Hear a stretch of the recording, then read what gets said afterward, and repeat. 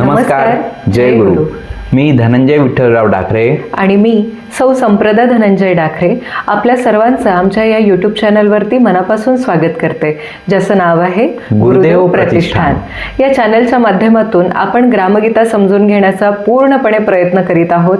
गेल्या अनेक दिवसांपासून आपण नियमितपणे सायंकाळी 7 वाजता या चॅनलच्या प्रसाराची म्हणजे अध्यायाच्या प्रसाराची आपण वाट बघत असतो आणि भरघोस असा प्रतिसाद आपल्या सर्वांकडून आम्हाला मिळतोय. त्यामुळे सर्वप्रथम आज मी श्रोते मंडळींचे मनपूर्वक आभार मानते. आज आपल्या या सिरीजचा 22वा दिवस उजाडलेला आहे आणि आपण या 22व्या दिवशी खूप महत्त्वाचा अध्याय बघणार आहोत. कारण माणूस जन्माला आल्यानंतर त्याचा मृत्यू अटळ असतो आणि म्हणूनच आपण महत्त्वाचा अध्याय बघतोय, अंत्यसंस्कार. या अध्यायामध्ये वंदनीय राष्ट्रसंत श्री तुकडोजी महाराजांनी अगदी सुरुवातीला श्री संत कबीरदासजी महाराज यांचा फोटो ठेवलेला आहे आणि त्यासोबतच संपूर्ण अध्यायामध्ये एकूण 118 ओव्या वंदनीय राष्ट्रसंत श्री तुकडोजी महाराजांनी लिहिलेल्या आहेत. चला तर मग श्रोते मंडळी, आपण हा अध्याय नीटपणे अभ्यासून बघूया. नमस्कार. आज आपण राष्ट्रसंत तुकडोजी महाराजांच्या ग्रामगीता या ग्रंथातील एका अशा भागावर बोलणार आहोत जो आपल्या सगळ्यांच्या आयुष्याशी जोडलेला आहे, पण ज्यावर आपण सहसा म्हणजे उघडपणे बोलत नाही. बरोबर. विषय आहे मृत्यू आणि अंत्यसंस्कार. पण थांबा, हे काही धार्मिक विधींचं असं कोरडं वर्णन नाहीये. उलट हा अध्याय म्हणजे परंपरेच्या नावाखाली चालणाऱ्या अनेक गोष्टींवर केलेला एक जबरदस्त प्रहार आहे. अगदी. तुकडोजी महाराजांनी मृत्यू, दुःख, सूतक, श्राद्ध या सगळ्या कल्पनांना जणू काही मुळापासून हदरवून ठेवलं आहे. आपल्या सोर्सेसमधून असं दिसतंय की त्यांनी ह्या सगळ्याकडे बघण्याचा एक पूर्णपणे वेगळा म्हणजे खूप व्यावहारिक आणि सामाजिक दृष्टिकोन दिला आहे. हो, पूर्णपणे वेगळा. तर आजच्या चर्चेत आपण हेच समजून घेणार आहोत की अंत्यसंस्कारांसारख्या भावनिक विषयाला महाराज तर्क आणि समाजहिताच्या पातळीवर कसे आणतात. आणि सुरुवातच एका अशा विचाराने होते जो ऐकून खरं तर धक्का बसेल. कुठल्या?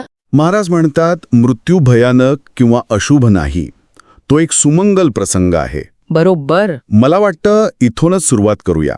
मृत्यूला सुमंगल म्हणजे शुभ मानणं ही कल्पनाच पचायला जड आहे की नाही? यामागे त्यांचं नेमकं तत्वज्ञान काय आहे? हीच तर महाराजांच्या विचारांची ताकद आहे बरं का. ते मृत्यूकडे शेवट म्हणून बघतच नाहीत. त्यांच्यासाठी मृत्यू म्हणजे एक नैसर्गिक स्थित्यंतर आहे. स्थित्यंतर? हो. ग्रामगीतेत ते खूप सुंदर उदाहरण देतात. जैसी नदी सागरासी मिळे तैसेंची आहे मानवासे.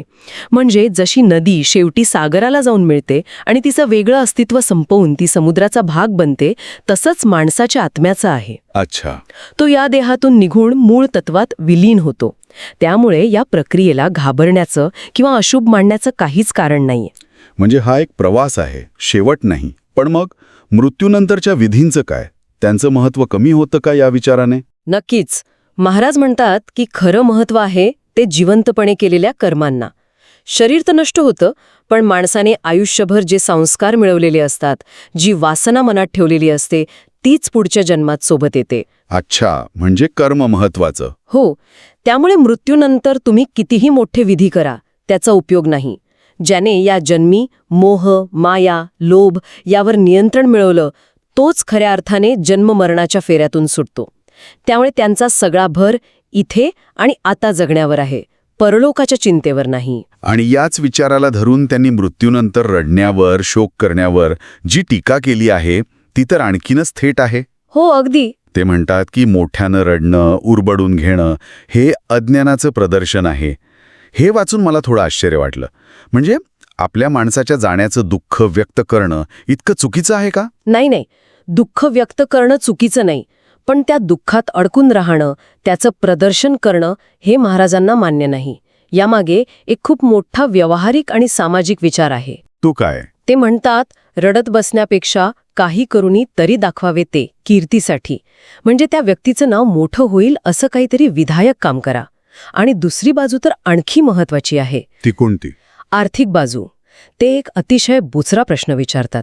गरिबांना रोज कामावर गेल्याशिवाय खायला मिळत नाही. बरोबर. अशा माणसाने 10-12 दिवस सुतक पाळून घरात बसणं कसं परवडणार? ग्रामगीतेतील ओळी हृदयाला भिडतात. 1 दिवस खाली गेला तरी उपास पडती गरिबाला. त्याने 10 दिवस उपास भला कैसा करावा सांगा तुम्ही. बापरे, हा प्रश्न तर त्या काळातील सामाजिक वास्तवावर थेट बोट ठेवतो. हो, दुःखाच्या नावाखाली तुम्ही गरिबांना उपासमारीच्या खाईत ढकलताय हे त्यांना मान्य नाही. बरोबर. म्हणजे भावनांच्या पलीकडे जाऊन त्यांनी समाजाच्या शेवटच्या घटकाचा विचार केला आणि हाच विचार त्यांच्या अंत्यविधीतील सुधारणांमध्येही दिसतोच. म्हणजे ते फक्त तत्वज्ञान सांगून थांबत नाहीत, तर प्रत्यक्ष कृती काय असावी हेही सांगतात. मग त्यांच्या मते अंत्ययात्रा कशी असावी? जात भल्या कोण होता. त्या काळात हा विचार करणं हीच एक मोठी क्रांती होती. खरंय.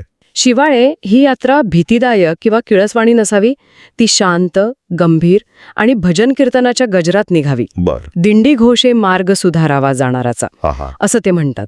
म्हणजे मृत्यूचा सोहळा नाही, पण सन्मान नक्कीच झाला पाहिजे. आणि स्मशानभूमीबद्दलही त्यांचे विचार खूप पुढचे आहेत. हो ना. ते म्हणतात स्मशानभूमी ही गावाबाहेरची घाणेरडी दुर्लक्षित जागा असता कामा नये. ती स्वच्छ, पवित्र आणि तिथे पावसाळ्याची सोय असलेली जागा असावी. म्हणजे दृष्टिकोनच बदलायचा आहे. अगदी. यातून काय दिसतं तर मृत्यूशी संबंधित प्रत्येक गोष्टीतून नकारात्मकता आणि भीती काढून टाकून त्याला एक प्रतिष्ठित आणि सन्मानजनक रूप देण्याचा त्यांचा प्रयत्न आहे. आणि या सगळ्यासोबतच त्यांनी खर्चावर जो प्रहार केला आहे तो तर आजच्या काळातही तंतोतंत लागू होतो. अनेकदा लोक कर्ज काढून अंत्यविधी करतात. यावर ते काय म्हणतात? यावर त्यांचे विचार अत्यंत परखड आहेत. ते म्हणतात की गरिबांनी प्रेतासाठी नवीन वस्त्र आणायलाच हवं असा हट्ट का? घरात जे जुनं पण स्वच्छ वस्त्र असेल ते वापरावं. असेल तैसेची वागावे, जुनेही वस्त्र स्वच्छ करावे. म्हणजे आहे त्यात भागवा. हो. आणि मग ते एक असा प्रश्न विचारतात जो समाजाच्या दांभिकतेवर हल्ला करतो. कोणता प्रश्न? ते विचारतात, तुपावाचोनी नको भोजन हे शास्त्रवचन पाळतो कोण? मग मृतासीच तूप चोळाया जाण, शास्त्रवचन का सांगावे? वा. म्हणजे याचा अर्थ असा की जिवंतपणे साधं जेवायला तूप मिळत नाही असं म्हणणारे तुम्ही मग मेलेल्या माणसाच्या अंगाला तुपाचा लेप लावण्यासाठी शास्त्राधार कुठून आणता? हा दुटप्पीपणा बंद करा. बरोबर. रूढी परंपरांच्या नावाखाली कर्ज काढून स्वतःचं आणि कुटुंबाचं आयुष्य उद्ध्वस्त करू नका, हा त्यांचा स्पष्ट संदेश आहे. हे अविश्वसनीय आहे. म्हणजे ज्या गोष्टींना आपण इतके दिवस केवळ एक धार्मिक रूढी मानत होतो त्यांच्या मुळाशी जाऊन महाराज एक सामाजिक आणि आर्थिक विश्लेषण करत आहेत. याचंच पुढचं उदाहरण म्हणजे सुतक ही कल्पना. सुतकाबद्दल तर त्यांचा दृष्टिकोन जवळजवळ वैज्ञानिक म्हणावा लागेल. अगदी बरोबर. आपण सुतकाला एक आध्यात्मिक अशुद्धता मानतो, पण महाराज म्हणतात याचा संबंध धर्माशी नाही तर आरोग्याशी आहे. ती एक सार्वजनिक आरोग्याची उपाययोजना होती. आरोग्य कसं काय? त्यांच्या मते मृतदेहाचा संसर्ग घडता, रोगजंतू चढती, शुश्रूषा करिता म्हणून दूर राहावे. म्हणजे पूर्वीच्या काळी साथीचे रोग पसरायचे. मृत व्यक्तीच्या घरात त्याच्या संपर्कात आलेल्या लोकांमध्ये रोगजंतूंचा संसर्ग होऊ नये म्हणून त्यांना काही काळ इतरांपासून वेगळं राहण्याची ती एक पद्धत होती. अरे वा. म्हणजे एक प्रकारचं क्वारंटाईन. अगदी. पण आपण त्याचा पूर्णपणे वेगळाच अर्थ घेतला. हो ना. आणि म्हणूनच महाराज त्यातील फोलपणा दाखवून देतात. ते एक उत्तम उदाहरण देतात. ते म्हणतात, वडील 100 कोस दूर वारले आणि मुलगा मुंबईत बसून सुतक पाळतोय. याला काय अर्थ आहे? काहीच नाही. संसर्गाचा तर प्रश्नच येत नाही. हा विपर्यास पाहिजे दूर केला मूळ चित्तीन धरोनी. म्हणजे मूळ उद्देश विसरून केवळ रूढी म्हणून पाळण्यात काहीच अर्थ नाही. गोमूत्र शिंपडणं, कडुनिंब खाणं, स्नान करणं ह्या सगळ्या गोष्टी शुद्धीकरणासाठी म्हणजे आरोग्यासाठी होत्या, पापपुण्यासाठी नाही. ठीक आहे. म्हणजे सुतकामागे एक तार्किक विचार होता. पण श्राद्ध आणि पिंडदान यांसारख्या खोलवर रुजलेल्या कल्पनांचं काय? कावळ्याने पिंड शिवला तरच मृतात्म्याला मुक्ती मिळते यावर तर लोकांची गाढ श्रद्धा असते. याला तर महाराज नक्कीच धक्का लावत नसतील. तुम्हाला आश्चर्य वाटेल, पण इथेच महाराजांनी सर्वात मोठा वैचारिक हल्ला केला आहे. खरंच? हो. म्हणती कावळ्याने पिंड नेला तरीच तो स्वर्गाला गेला या कल्पनेची त्यांनी अक्षरशः खिल्ली उडवली आहे. ते म्हणतात माणसाची मुक्ती त्याच्या कर्मावर अवलंबून असते, कावळ्याच्या चोचीवर नाही. म्हणजे प्राणी आपुल्याच कर्मस्वभावे, भोगी उत्तम अधम फळ बरवे. हे पिंडदानाने बदलोनी जावे ऐसे नाही. म्हणजे माणूस आपल्या कर्मानेच चांगलं वाईट फळ भोगतो, ते पिंडदान केल्याने बदलत नाही. पण मग जर पिंडदान आणि जेवण घालणं हे खरंच श्राद्ध नाही, तर मग आपल्या प्रियजनांची आठवण कशी ठेवायची? त्यांच्याबद्दलची श्रद्धा कशी व्यक्त करायची? यावर महाराज काही उपाय सांगतात का? हो, आणि त्यांनी सांगितलेला उपायच त्यांच्या विचारांचं सार आहे.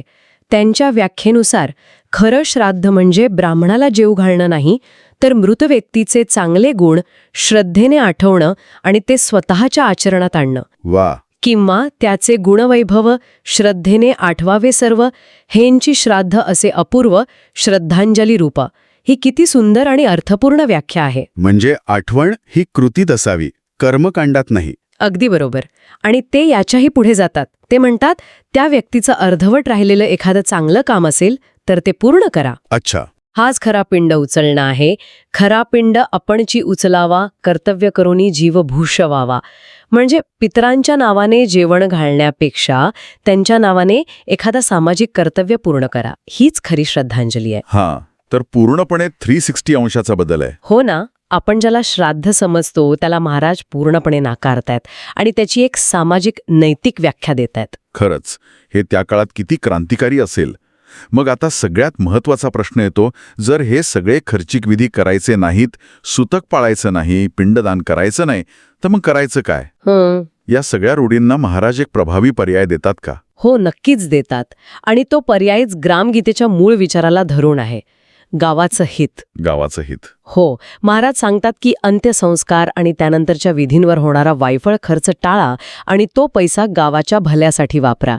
यासाठी धन असल्या मालकीचे करावे कार्य गाव सोयीचे. उदाहरणार्थ, मृत व्यक्तीच्या नावाने गावात विहीर खोदा, शाळा बांधा, दवाखाना उघडा किंवा रस्ता तयार करा. म्हणजे वैयक्तिक दुःखाचं रूपांतर सामाजिक आनंदात करा. अगदी अचूक. आणि याच संदर्भात ते स्वर्ग नरकाच्या कल्पनाही स्पष्ट करतात. ते म्हणतात, स्वर्ग नरक दुसरीकडे कुठेही नाही, मग कुठे आहेत? याच जगात. चांगली कीर्ती मिळवणं, लोकांच्या स्मरणात राहणं हाच स्वर्ग, आणि बदनामी होणं, लोक वाईट म्हणत असतील तर तोच नरक आहे. कीर्ती तोची स्वर्ग खरा. अपकीर्ती नरकाचा पसारा, याच जगी इंचा व्याप सारा. किती सोपं आणि थेट तत्वज्ञान आहे. आणि याच विचारातून त्यांनी समाधी बांधण्यालाही विरोध केला आहे. त्यामागचं कारणही तितकंच व्यावहारिक आहे. हो, आजच्या काळातही आपण हेच पाहतो, जिथे नेत्यांच्या किंवा गुरूंच्या समाध्यांवर अतोनात खर्च होतो, जमिनी अडकवल्या जातात. बरोबर. महाराज अनेक दशकांपूर्वीचा असा धोका ओळखतात.